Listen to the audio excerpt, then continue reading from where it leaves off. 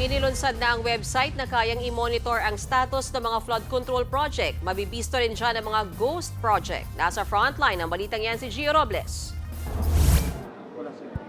Ang estero ng Tripa de Galina sa Pasay ang pinakamalaki sa 71 pumping station sa Metro Manila. Kasalukuyang isinasailalim sa modernization ang pasilidad na kayang kontrolin ang daloy ng tubig tuwing malakas ang ulan.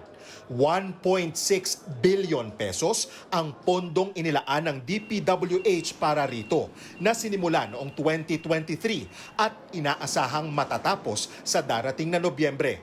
Kanina, ininspeksyon ito ng MMDA, Pasay LGU at ilang miyembro ng gabinete. Isa kasi ang Tripa de Galina Pumping Station Upgrade sa higit 11,000 proyekto ng gobyerno na makikita sa bagong website ng Department of Budget and Management, ang dime.gov.ph. Inilunsad na yan ngayong araw. Layo nito na i-monitor ang lahat ng infrastructure projects ng gobyerno. May ano pa siya, may filter system by cost, by area, by regions, kung anong nature ng project at saka ng program, it's all there.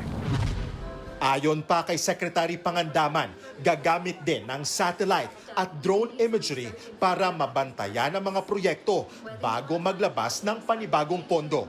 Sinubukan nating hanapin sa dime.gov.ph ang mga maanumalyang proyekto na tinukoy ni Pangulong Bongbong Marcos, gaya sa Barangay Fiel sa Kalumpit, Bulacan. Pero matapos nating isearch ang sinasabing proyekto, walang lumabas. No projects found ang nakalagay. Ayon kay DBM Secretary Pangandaman, patunay na isa itong ghost project. Ayun nga, siguro nga talaga hindi na-implement. Sa gitna naman ng kontrobersya sa mga maanumalyang proyekto, giniit ni Pasay City Mayor Emmy Calixto Rubiano na dapat isama ang mga LGU sa pagpaplano para ma-monitor din nila ang lagay nito.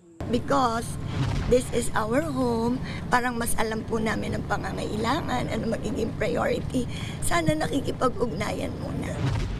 Nagbabalita mula sa Frontline, Gio Robles, News 5. Mga kapatid, Mean Los Baños po, huwag magpahuli sa mga balita at impormasyong dapat ninyong malaman.